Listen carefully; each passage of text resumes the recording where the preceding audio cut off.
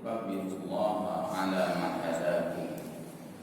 اللهم صل وسلم على سيدنا محمد سيد القائل في حديثه الشريف: ما عمل ابن آدم يوم النحر أحب إلى الله تعالى من إرافة الدم.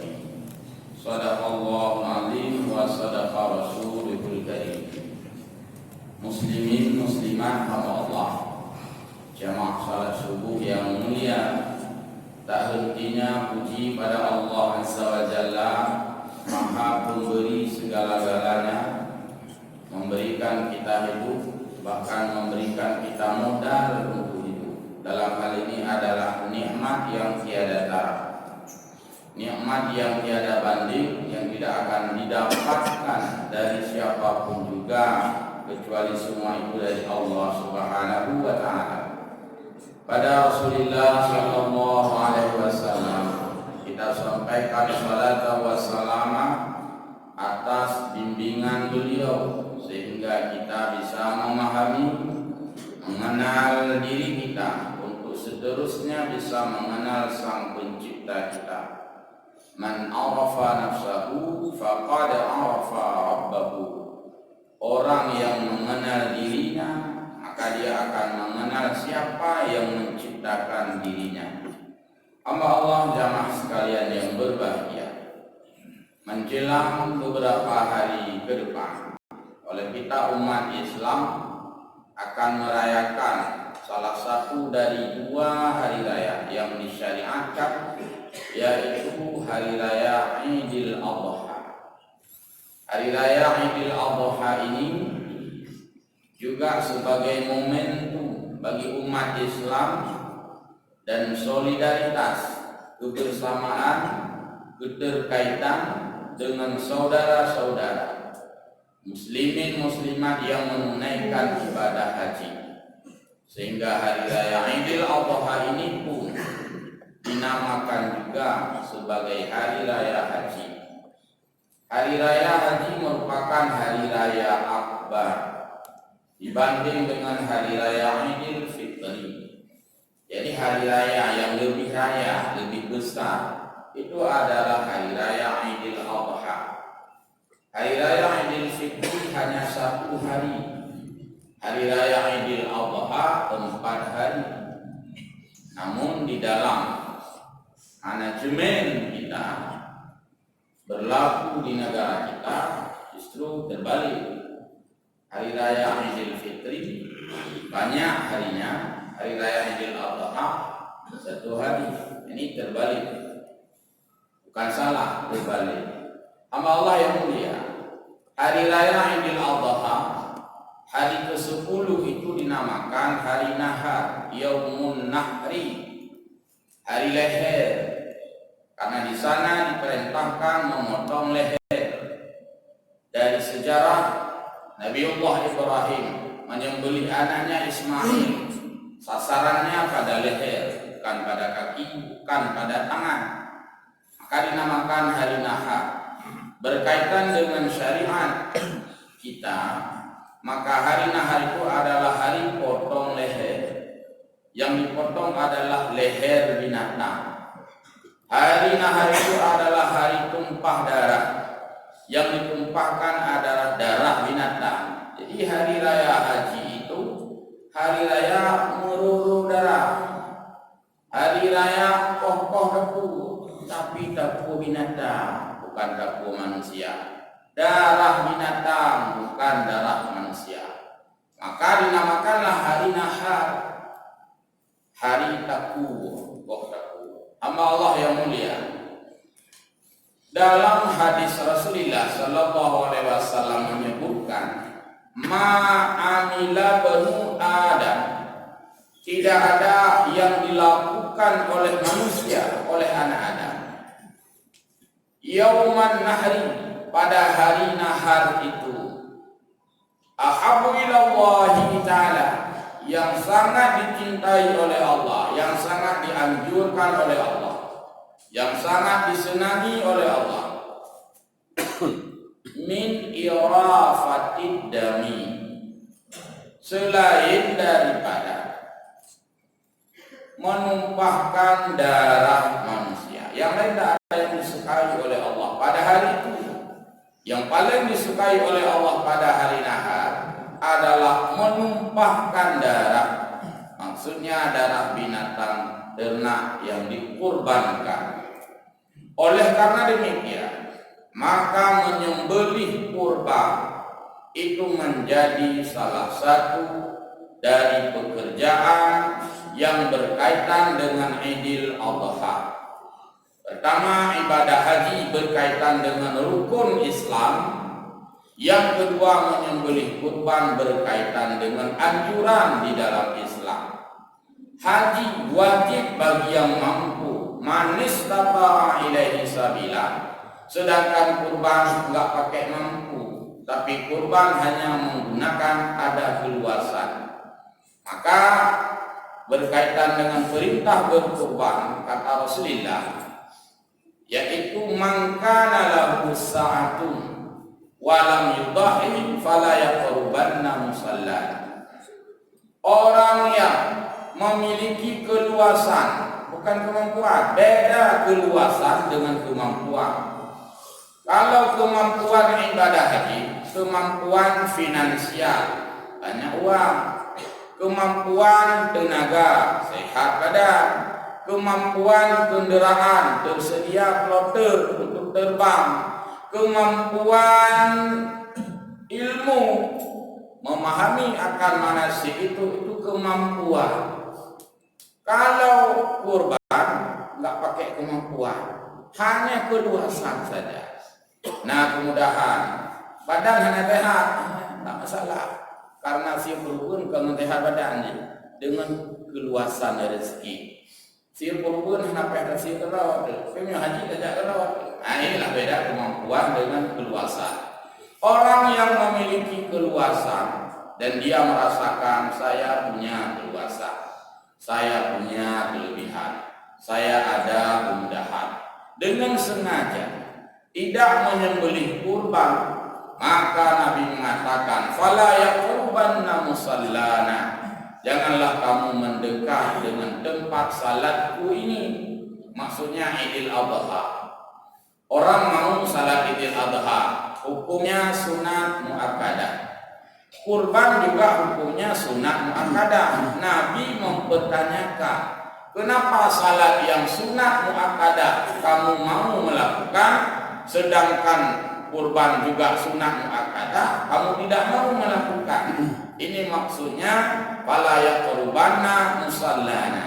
Nabi tidak berkenan untuk menyenangi perilaku orang yang hanya senang salat saja, tetapi mengabaikan yang satu lagi. Karena jika salat Idul Adha bersedia dilakukan, dia telah menguatkan tali hubungan dengan Allah. Fasalli, hendaklah dia salat. Sementara berkurban, dia juga diinginkan oleh Allah mengikat tali hubungan koneksitas sesama manusia, wanhar, jadi ada keseimbangan fasalli dan wanhar. Maka dalam surah Al-Kautsar disebutkan fasalli li rabbika, hendaklah kamu salat kepada Allah, artinya menyembah Allah pada hari nahar itu, wanhar, dan hendaklah kamu menyembelih kurban. Hamba Allah yang berbahagia, berkaitan dengan kurban ini sesuai dengan namanya.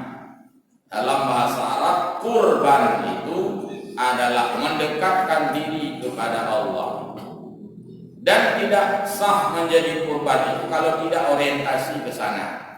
Mesti dalam artian mendekatkan diri kepada Allah, dan mesti disembelih binatang-binatang yang sah untuk dikurbankan, dan mesti pada hari-hari yang telah ditentukan untuk dikurbankan. Maka kembali kepada yang kita sampaikan di awal, tidak ada yang lebih hebat yang kita lakukan pada hari nahar itu kecuali menyembelih kurban. Muslimin yang berbahagia, sembelihan kita yang melebihi jumlah binatang kurban yang bukan kurban itu tidak lebih bagus. Walau kadang-kala ada orang-orang yang saking gembiranya, saking semangatnya bersedia melakukan yang bukan kurban, tapi tidak lebih bagus. Nah, ladung ada kemampuan, tapi kalau semangat berkurban, semangat olahraga, bukan makna muda. Kamu yang bola buat menang, yang menang kami ladung heboh nah, ukurnya nak kami nah. Nio kami, tamah dalam yang menang bola kami ladung heboh, yang buat. Itu semangat olahraga. Kurban dari saudara, kau untuk kami main bola, kau mana dengan saya? Bukan itu spesialis main bola kalau dari kurban. Nah, ini mengutamakan yang bukan syar'i. Padahal yang kurban itu ada hadisnya. Siapa kami main bola ada hadis. Berkarat yang ada hadis, yang ada hadis nak kubur. Nah, inilah nyawa itu nanti jadi bid'ah. Ya nampak bid'ah. Hamba Allah yang berbahagia, maka mengutamakan perintah Allah itu yang lebih utama daripada bukan perintah Allah. Walaupun itu boleh, bukan haram, boleh, bahkan bagus. Bagus memberi semangat ke orang bagus. Kotorayang, tuklih biji, dia kotorayang, ikut. Tapi rumah apa? Nak tiga kotorayang. Tapi juga bukan kurban. Yang namanya kurban adalah yang disyariatkan fi yaumin nahri, pada hari nahar, wa ayyamit tasyriqis salasa, dan plus 3 hari. Maka jumlah hari raya haji yaitu menjadi 4. Pertama 10 Dzulhijjah, hari memotong kurban, tambah 3 hari lagi hari tasyrik, yaitu hari menyembelih. Jumlah 4 hari. Yang ikut urus raya haji lebih raya daripada urus raya Idul Fitri, karena urus raya haji urus raya haji urus. Mana yang saya katakan terbalik dalam hal perkantoran. Urus raya haji urus raya Fitri, urus raya puasa banyak liburnya, begitu maksudnya. Jadi kalau dilihat dari segi syar'inya, maka Idul Adha itu semestinya kita libur 4 hari selama tasyrik. Dan selama hari tasyrik itu pun kita diharamkan untuk berpuasa. Ini kan menunjukkan syar'i. Sedangkan hari raya Idul Fitri kita hanya diharamkan puasa 1 hari saja, tanggal 1 Syawal. Jadi kalau dalam kitab-kitab disebut bahwa Yaumun Nahri yusamma aidan, dinamakan juga Yaumul Akbar atau Idul Adha, wa yusamma bihi Idul Akbar. Hari raya Adha dinamakan juga hari raya Akbar, hari raya besar. Mana ada besar hari raya itu kalau tidak kita lakukan dengan syariat-syariat yang bisa membesarkan. Anak kurun kampung pak kampungnya. Pani orang raya kau robun ya kata kubur lainnya. Kita besarkan hari raya itu dengan syariatul kurban, dan kurban itu mesti disembelih dengan menumpahkan darah berdasarkan hadis Nabi, ya wafatid dami, menumpahkan darah. Kita berikan kurban ke masjid, ke munasah dan sebagainya. Kita nyukur gendong, nyukur blon, bagi-bagi pemda. Hana darah, bukan kurban namanya. Kurban gendong, nyukur blon, nyukur peng, nyukur beasiswa yatim, bukan kurban namanya. Tidak urusan tu. Jadi yang namanya kurban adalah disembelih selama 4 hari itu. Mungkin ada hal-hal yang kurang dipahami oleh masyarakat. Oh, mailung hawa, kurban, kurban. Apakah hanya kurban? Anak kami, ilung darah kami, ilung pegawai negeri, ilung darah kami. Yang 1000% salah pemahaman. Perintah kurban kalau kurban darah kami. Tak mati urung darah kami, kena kurban, lebih urung darah kami, kena kurban. Kurban itu perintahnya pada orang yang ada kemudahan. Kemudahan rezeki, kemudahan uang, ada gaji, ada tunjangan, ada sertifikasi, Baiklah film mandung lah ibu-ibu. Dia kurban juga ke. Bapak-bapak pegang tu habis lah dengan tunjangan. Dia kurban juga ke. Nah ini kemudahan. Jadi kalau utara kami yang ke kampung kamu hanya kurban kalau yang pakai hanya lihat utara kami projek-projeknya kurban. Oh kalau nanfu. Nah ini adalah pergeseran pemahaman. Jadi kurban itu adalah bahagian daripada mengeluarkan harta, bahagian daripada duit harta. Alhamdulillah hari ini semangat berkurban sudah semakin semarak karena orang sudah semakin tertanam pemahaman untuk membagi, walaupun masih banyak yang mengalih. Nah katanya orang Aceh atau siapapun ilmunya kali-kali lebih dari ilmu bagi-bagi. Jadi coba boleh ilmu bagi-bagi itu raya kurban. Ama Allah yang mulia, memang hukum kurban adalah sunnah muakkadah, sunnah yang dianjurkan karena Nabi sendiri sangat berharap kita melakukan itu. Walaupun mungkin tidak setiap tahun, kan kemudahan namanya kemudahan, dunia orang mudah, tapi kurban. Kau kadang anak belanja, dalil kau belum, tidak mesti setiap tahun dan bukan berarti seumur hidup sekali. Baik sama haji, menyo haji perintah haji sekali dalam seumur hidup. Tapi kalau kurban kan sekali dalam seumur hidup. Kapan ada keluasan yang Allah berikan? Boleh berulang-ulang lebih bagus dan tidak berdosa jika juga berselang-selang, hana masalah. Hamba Allah yang berbahagia, ada dua hubungan yang terjalin di dalam pelaksanaan kurban itu. Yang pertama, hubungan kita dengan Allah atas landasan ketakwaan. La yanalallaha luhumuha wala dima'uha walakin yanaluhu taqwa minkum, kata Allah dalam surah Al-Hajj. Tidak akan sampai kepada Allah itu daging-daging kurban. Allah tidak butuh daging-daging itu. Allah tidak makan. Wala dima'uha, Allah juga tidak butuh darah-darah kurban.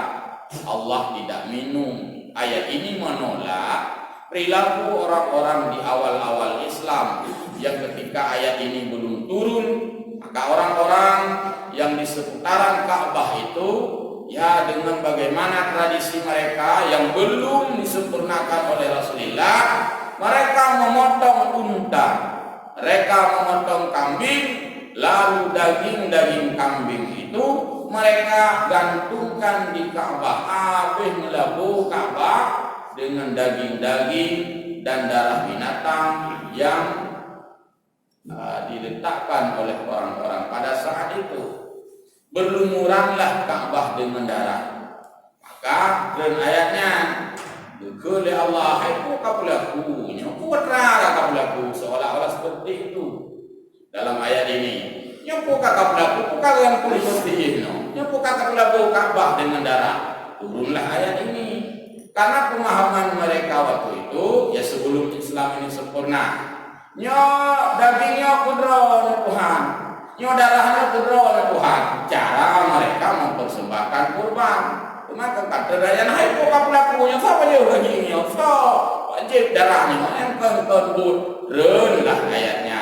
La yanalallaha luhumuha, tidak sampai daging itu kepada Allah, wala dimauha, tidak sampai darah-darah yang dilumurkan itu kepada Allah, walakin kata Allah yanaluhu taqwa minkum, yang sampai kepada Allah itu adalah takwa. Saya suruh kamu kurban itu jangan kasih daging untuk saya, jangan kasih darah untuk saya. Daging kamu bagi-bagikan itu sebagai bahan konsumtif yang kamu makan itu. Saya tidak butuh daging, kata Allah, tidak butuh darah, tapi saya mau melihat Anda bersedia menumpahkan daging kurban itu yang saya mau, kata Allah. Maka disebutkan walaki yanaluhu taqwa minkum, berarti takwa kita kepada Allah, daging itu adalah untuk sesama manusia. Fakulu minha, mau dibawa kemana daging kurban itu? Ayat yang lain berikutnya, wakulu minha, daging itu kamu makan. Siapa yang makan daging kurban? Orang yang punya kurban yang pertama. Wakulu minha, makan olehmu dari bahagian daging kurbanmu. Jadi yang menyembelih kurban silakan makan daging kurbannya sendiri. Wa atimul qani'a, dan dia memberikan makan untuk orang-orang yang qani', orang-orang yang mampu tapi nggak berani minta kurban. Dan yang lewat itu namun kurban, namun kurban, ayo kagujuk, alhamdulillah itu namanya qani'. Jadi dalam kampung itu banyak orang seperti itu. Tetapi bukan perintah meminta daging kurban, perintah memberi misalnya. Maka dia kurban gede itu baru nak bagus nih lah. Karena kayak kurban itu jauh, dan boleh diberikan kepada orang yang qani. Qani di sini orang qanaah, orang mampu. Maksudnya dia enggak hanya kemarin kecil saja. Kalau dia dikasih, ya terima, dia makan kurban. Karena dia sanggup beli sendiri. Tapi kan kepingin juga daging kurban kan beda aja. Walaupun daging fit nanti. Betul, ini bakal punya daging kurban, ini bakal lebih daging belau. Hanya sama aja. Daging kurban dengan bukan kurban kan sama sifatnya. Nah, jadi orang-orang yang tidak berani meminta daging kurban itu, wa ataimu, kamu berikan dia, bukan nunggu minta. Maka dalam kampung, kalau banyak daging kurban itu bagikan saja untuk semua orang. Orang kaya juga dibagikan. Paling dibedakan porsi. Bedakan porsi. Itu urun gasin sama plastik, urun kaya sama beca, hanya balik, urun gasin sama beca, urun kaya yang kehiburan. Maka orang kaya itu memperoleh daging kurban itu sebagai hadiah dari si pemilik kurban, bukan kebutuhan. Kalau orang miskin memperoleh daging kurban dari si pemilik kurban, wal mu'tar, di ujung ayat ada 3, wa kulu minha, makan oleh muhai yang punya kurban dengan semua sebahagian. Wa ataimul qani'ah, berikan orang qanaah yang tidak berani minta tapi dia mau juga sebenarnya, cuma enggak dikasih enggak masalah. Wal mu'tar, dan berikan pada yang sangat butuh, kasihan enggak diberikan. Jadi 3 yang mengkonsumsi kurban itu 3. Orang yang memiliki kurban boleh makan daging kurbannya, tetapi dia tidak boleh menjual kurbannya. Orang punya kurban boleh saja bawa pulang ke rumah. Saya dapat sana 1/3, boleh. Yang seperlehnya belek, begitu sekilo, tagun, lebihnya lumayan dia pasar kosong aku belum, tak boleh. Bagi yang punya kurban, kulit pun tak boleh dijual. Bagi orang kaya yang mendapatkan kurban juga tidak boleh menjual. Dia bukan orang fakir, bukan orang miskin, tapi dia orang kaya. Dia ambil kurban, maka dia makan atau dia berikan. Kalau tidak makan, malunya mana lu muntah gulu nak bawa kampung pak lu nak kurban cek ngerol gede. Boleh, tapi jangan dijual karena dia orang kaya. Sedangkan wal mu'tar, kelompok ketiga, dia dapat kurban itu kebutuhan memang. Ada orang miskin, ada orang fakir. Hubungan dengan hari raya Idul Adha, kamu tumung kupon kan, kampungnya mana sabo, kampung je sabo, mutejiknya sabo. Nah kupon hanya 15 boh saja. Maka hari raya Idul Adha dia ambillah semua daging-daging yang sudah dia dapatkan kupon. Nah daging sabo becak, rupanya apa yang baju sabo becak. Maka dia bawalah daging-daging itu, dia jual. Gudang di becak ini pasang ikut dijual. Apa ni iron kurban orang itu kalau raya itu yang bagus. Jadi hari raya itu dia jual kurban karena dia orang miskin. Boleh. Teko kan Honda baru, ini Honda baru hasil jual kurban. Boleh itu. Maka juga ada kenang-kenangan Honda kurban. Boleh. Kalau dia itu orang kategori mu'tar, kategori miskin. Tapi orang kaya enggak. Karena menyerahkan kurban kepada orang kaya sifatnya adalah hadiyatan, semacam bentuk hadiah atau menghibur orang kaya supaya terjalin hablum minan nas yang sangat solid, yang sangat bagus. Jadi sekilas demikian masalah persoalan kurban. Kemudian hal-hal lain itu diajarkan di dalam fiqih. Ini kurbannya boleh sih yang dawa, ini baru betul. Adung kamu dawa kali masalah kulit, kamu dawa habis-habis. Bukan dah ke sini.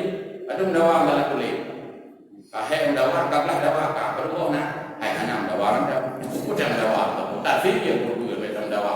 Jadi oleh karena demikian, mudah-mudahan begitulah besarnya hari raya Idul Adha ini dengan ibadah haji dan dengan semarak berkurban. Haji wajib bagi yang mampu, kurban sunnah muakkadah bagi yang ada kemudahan. Demikian mudah-mudahan Allah memudahkan kita terhadap perilaku dan kebersediaan kita menyembelih kurban sebagai bahagian dari cara kita mensyukuri nikmat Allah. Amin ya rabbal alamin.